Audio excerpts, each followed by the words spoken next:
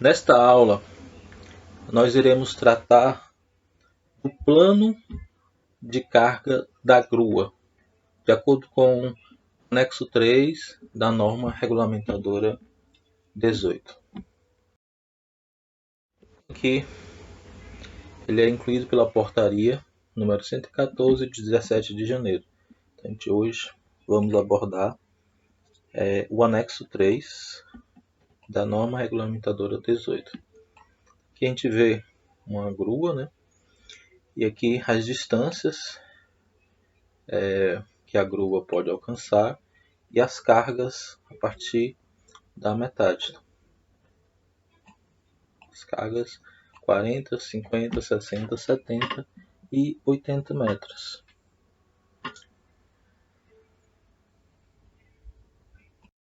Carga para a grua. Então, quais são as informações obrigatórias que tem que constar? Item 1. Dados do local de instalação do equipamento, nome do empreendimento, endereço completo e número máximo de trabalhadores na obra. Número 2. Dados da empresa responsável pela obra, razão social, endereço completo, CNPJ, telefone, fax-miller, endereço eletrônico e responsável técnico com número de registro no CREA. Então, é o segundo ponto que tem que constar no plano de carga para a grua. O terceiro são dados do equipamento, tipo, altura inicial e final, comprimento da lança, capacidade de ponta, capacidade máxima, alcance, marca, modelo e ano de fabricação e demais características singulares do equipamento. Então, dados do equipamento. E 4. Não havendo identificação de fabricante, deverá ser atendido o dispositivo do item 18.14.24.15. Então, fazendo um resumo. 1. Dados do local de instalação do equipamento. 2. Dados da empresa responsável pela obra. 3. Dados do equipamento. Considerando que com revisão, então dados do equipamento. Então, a gente tem aqui o tipo do equipamento, a altura inicial e final do equipamento. A gente vê aqui a altura do gancho, que é essa aqui, e a altura do equipamento, essa aqui, que não tem nesse desenho. Inicial e final. Esse equipamento ele pode fazer esse movimento aqui, de descida. Então, tem essa altura inicial e final do equipamento. Além disso, comprimento da lança, aqui, comprimento máximo, alcance máximo, que é o L. Capacidade de ponta, então capacidade máxima aqui. Lá naquele exemplo, do primeiro que a gente viu, então naquele era colocada a capacidade de ponta, capacidade máxima aqui, e o alcance intermediário, aqui. O alcance, a marca, modelo e ano de fabricação e demais características singulares do equipamento. A capacidade de a ponta também já foi.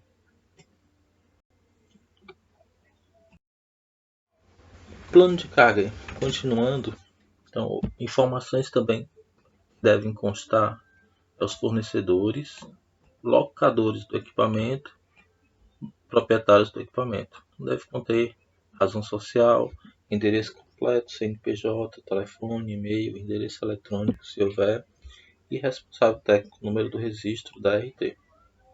No CREA, né, que é aqui a anotação de responsabilidade técnica, ART.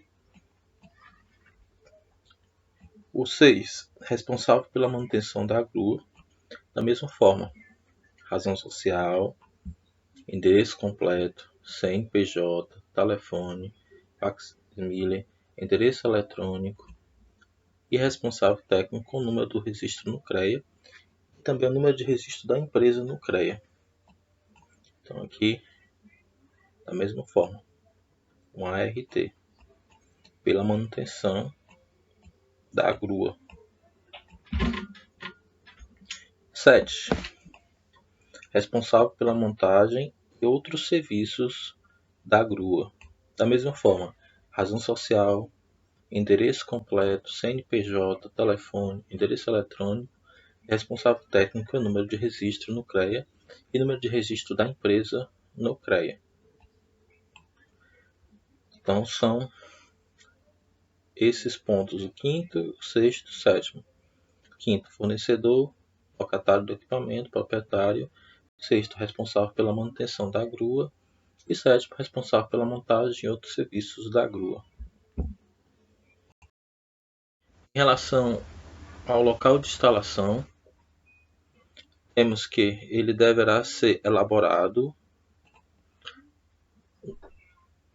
um croquis ou planta de localização do equipamento no canteiro de obras, a partir da planta baixa da obra, na projeção do terreno e os níveis pertinentes, alocando pelo menos os seguintes itens. Então, o item 8 da anexo 3, plano de carga para a grua. O local de instalação, ele deve ter um canteiro,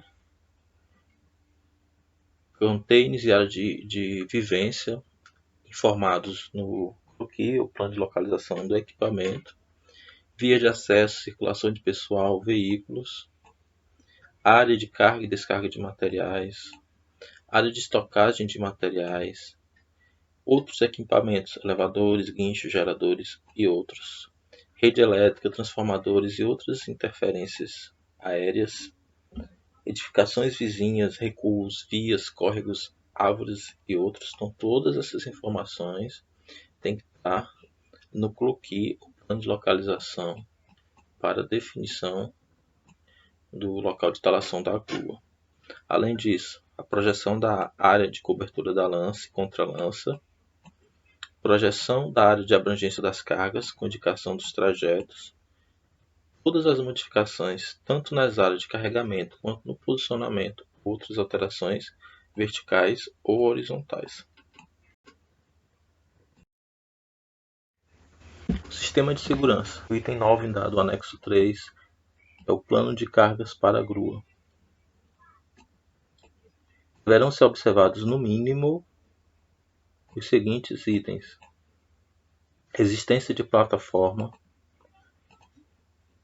fixas ou retráteis para carga e descarga de materiais, existência de advertência referente às cargas aéreas, especialmente em áreas de carregamento e descarregamento, bem como de trajeto de acordo com a NR 18.27.1, a linha G dessa norma regulamentadora.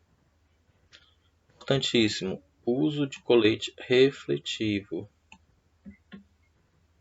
E por fim, a comunicação entre o sinaleiro e o amarrador e o operador de grua deverá estar prevista no plano de carga, observando-se o uso de rádio comunicador em frequência exclusiva para esta operação. Então, em resumo, a gente tem esses 4 pontos. Ponto 1, plataformas aéreas fixas, existência de placas de advertência referente às cargas aéreas.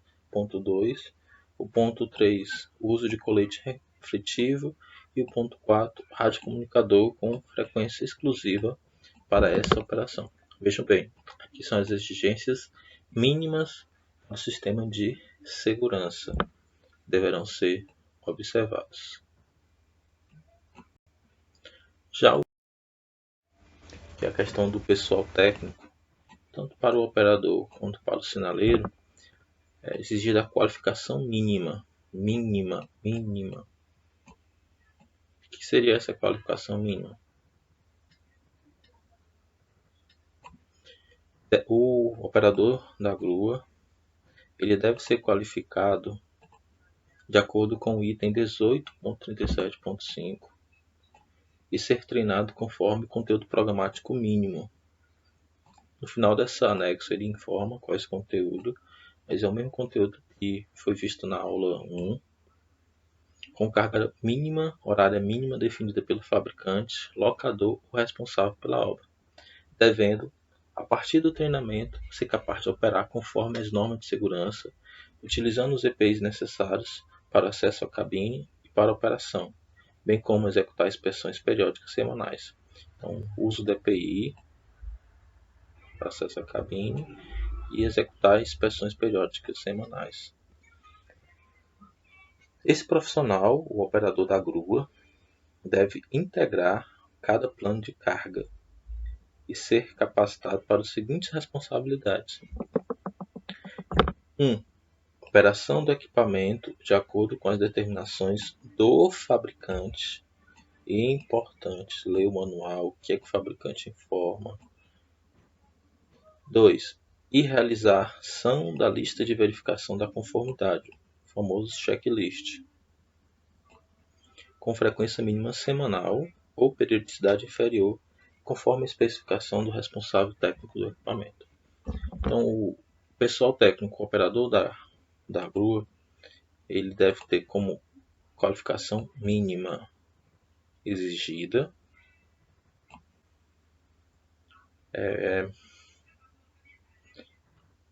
conforme conteúdo programático, lá da 18.37.5, e uso dos EPIs para acesso à cabine, e também executar as inspeções periódicas semanais. Esse profissional ele tem que seguir as determinações do fabricante para operar o equipamento e a realização de checklist conforme a especificação do responsável técnico do equipamento. Então, é isso. O sinaleiro, amarrador de carga, também tem qualificação mínima exigida.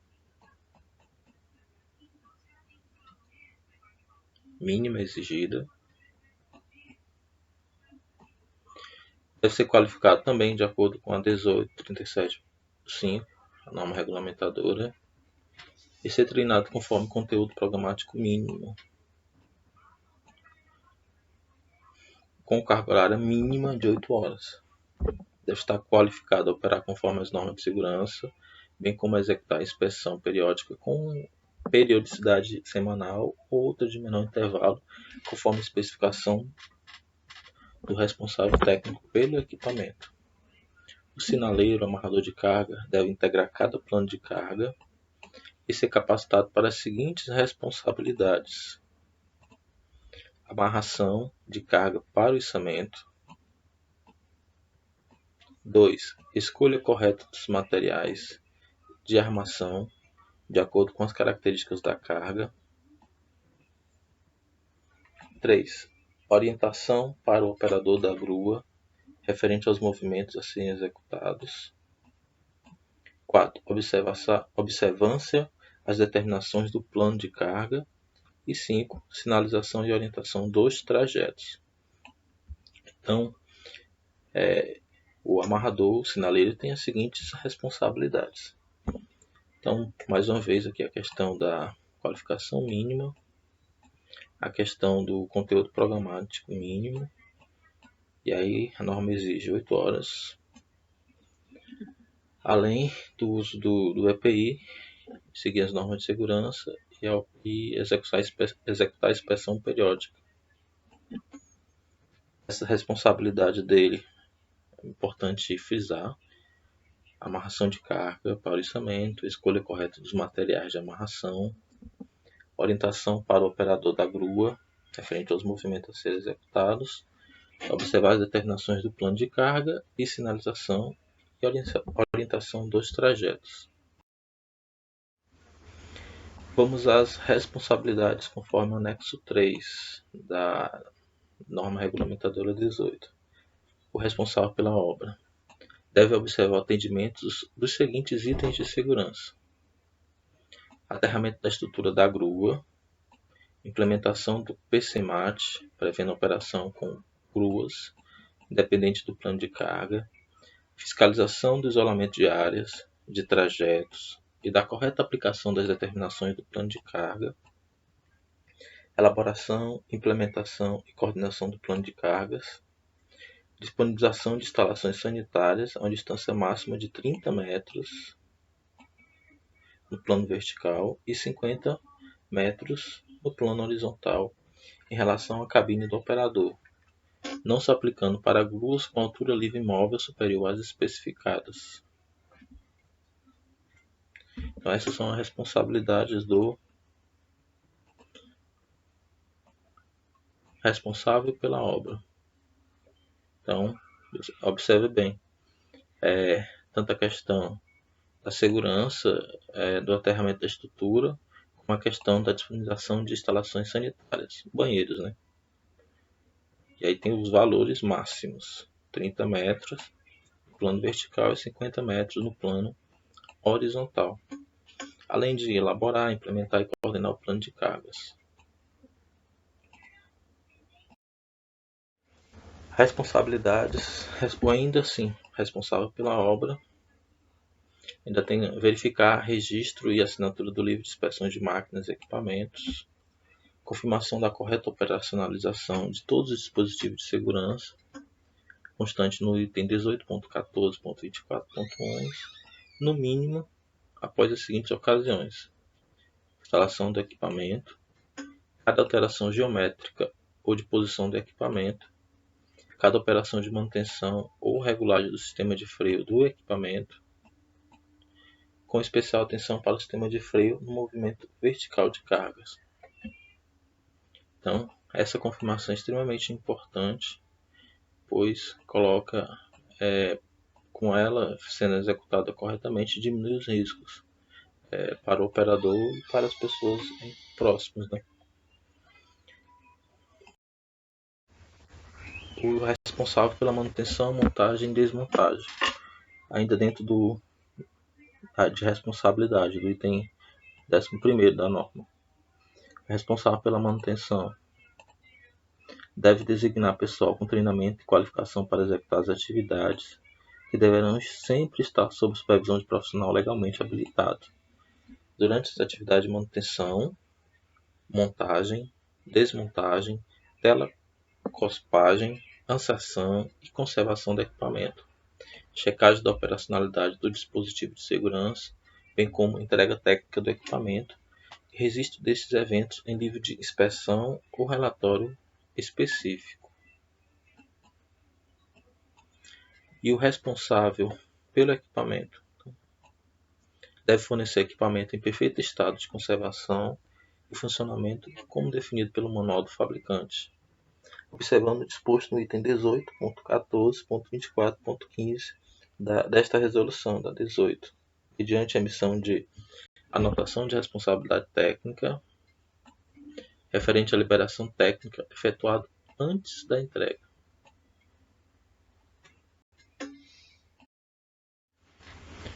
Ainda sobre um item importantíssimo, né? A manutenção e alterações no equipamento. Toda intervenção no equipamento deve ser registrada em relatório próprio a ser fornecido, mediante recibo, devendo tal relatório ser registrado ou anexado ao livro de inspeção de máquinas e equipamentos. Os serviços de montagem, desmontagem, ascensões, telecospagem e manutenções devem estar sob a supervisão responsável de um engenheiro legalmente habilitado responsável, com emissão de anotação de responsabilidade técnica, ART, específica para a obra e para o equipamento em questão. Um item importantíssimo, a manutenção da grua ou qualquer alteração no equipamento.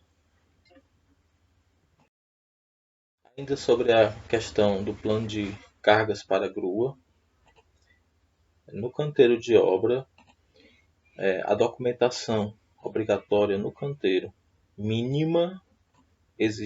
documentação mínima exigida para trabalhos com a grua são 10 documentos. O primeiro é o contrato de locação, se houver. Segundo, B, lista de verificação de conformidade, checklist do operador da grua. Item C, lista de verificação de conformidade do cargo de sinaleiro, amarrador de cargas referente aos materiais de içamento. Item C. O item D. Livro de inspeção da grua, conforme disposto no item 18.22.11 da NR18.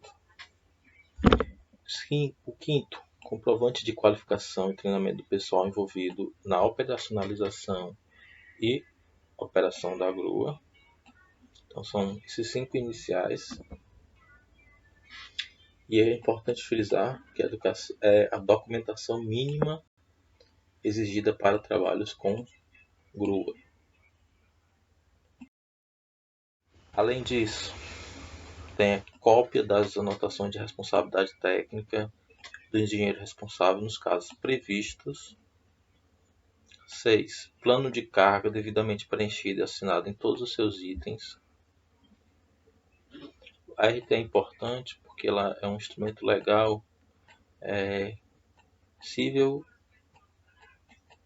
e criminalmente, quando o engenheiro ele se compromete com determinado serviço ou obra. Item 8.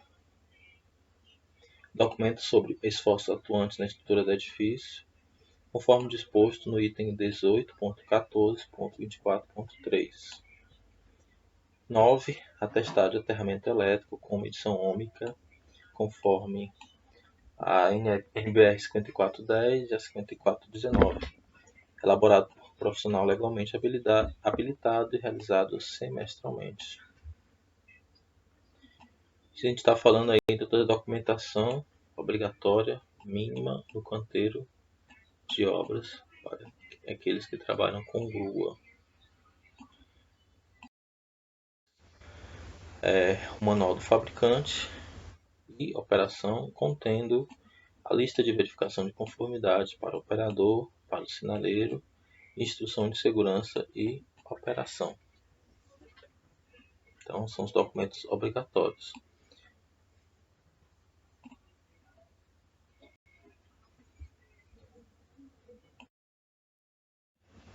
No conteúdo programático, a gente viu lá na aula 1, vou só retomar, está no anexo 3, plano de cargas para grua.